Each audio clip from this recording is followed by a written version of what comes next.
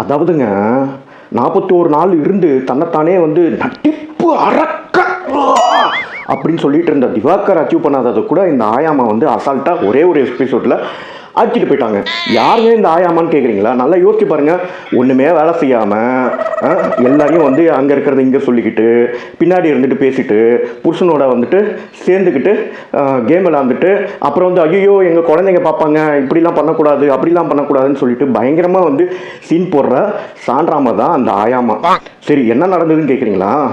அதாவதுங்க, நேற்று எபிசோடு 49வது நாளில் வந்து விஜேஷ் வந்து கரெக்டாக வந்து 2 பேரை வந்து கடைசியாக வந்து இதில் ஒருத்தர் வந்து நாமினேட் ஆக போகிறாங்க அப்படின்றாங்க.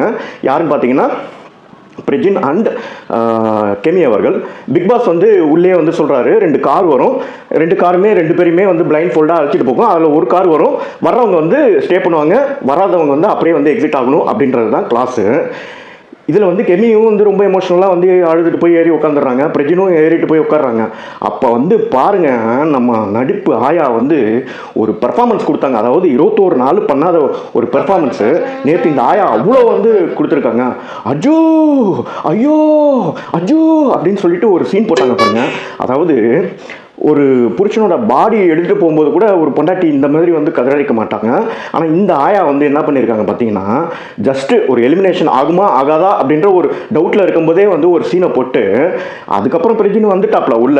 அவர் பெருசாக ஐ எம் பேக் என்னமோ பெருசாக சாதித்த மாதிரி உள்ளே இருந்துக்கிட்டு பண்ணுறது எல்லாமே கீணத்தனம், கேவலமான விஷயங்கள்.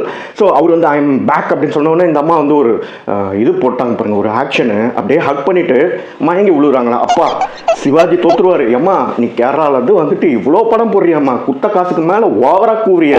அதாவது நம்ம கவுண்டமணி அவர்கள் வந்துட்டு டே பேரிக்காமண்டியா, நீ எந்தெந்த நேரத்தில் எப்படி எமோஷனாக வந்து மூஞ்சில் காமி பண்ணுறது எனக்கு தெரியும் அப்படின்ற மாதிரி சொல்லிட்டு உதைப்பார்ல, அந்த மாதிரி நம்ம ஆயாமா பர்ஃபார்மன்ஸு வேறு லெவல் தூக்கி விட்டுருச்சு. இப்போ என்ன ஆகுன்னு பார்த்தீங்கன்னா, சில பேர் வந்து ஆயாமா மேலே வந்து கடுப்பில் இருக்கிறவங்களும் வந்து இப்போ ஆயாவுக்கு வந்து சப்போர்ட் பண்ணுவாங்க. ஆஹா, இந்த மாதிரி ஒரு இணைப்பிரியாத ஒரு தம்பதியர் நம்ம பார்த்ததே இல்லைன்ற மாதிரி வந்து பேசுவாங்க. ஆக்சுவலி வந்து பார்த்தீங்கன்னா விக்ரம் சொன்ன மாதிரி இந்த எமோஷனல் சப்போர்ட்டை பற்றி தான் வந்து அவர் சொல்லியிருந்தார். இப்போது பிரஜின் வந்து வெளியில் போனாருனாலுமே ஆஸ் எ இண்டிவிஜுவல் பிளேயர் நீங்கள் தைரியமாக நின்று கெத்தாக ஆடி இருக்கணும் இல்லையா? நீங்கள் உள்ளே வரதுக்கு முன்னாடி நான் வந்து கெத்தாக ஆடுவேன்னு சொல்லிட்டு பிரஜின் வந்து வெளியில் போகிறாரு. அதாவது அந்த ஒரு சீன் ஸ்டார்ட் ஆகும்போதே வந்து இவ்வளோ பர்ஃபார்மன்ஸ் கொடுக்குறீங்களா, குத்த காசுக்கு மேலே கூவுறீங்களே ஆயா.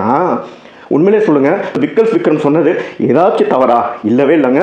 உண்மையிலே சொல்கிறேன், இந்த டாக்ஸிக் கப்பல் எவ்வளோ சீக்கிரம் போகிறாங்களோ அவ்வளோ சீக்கிரம் நல்ல டிசர்விங் கேண்டிடேட் வந்து பிக் பாஸில் வந்து வின்னர் ஆகிறதுக்கு வாய்ப்பு இருக்குது. இந்த டாக்ஸிக் கப்பல் இருந்தாங்கன்னா இவங்க வந்து மற்றவங்களெல்லாம் வந்து அப்படியே குரூப்பிசம் வச்சே வந்து அவுட் ப்ளே பண்ணிவிட்டு நான் டிசர்விங் இந்த கப்பலில் ஒருத்தர் வந்து வின் பண்ணுறதுக்கு வாய்ப்பு இருக்குது. ஸோ மக்களே பார்த்து ஓட்டலிங்க.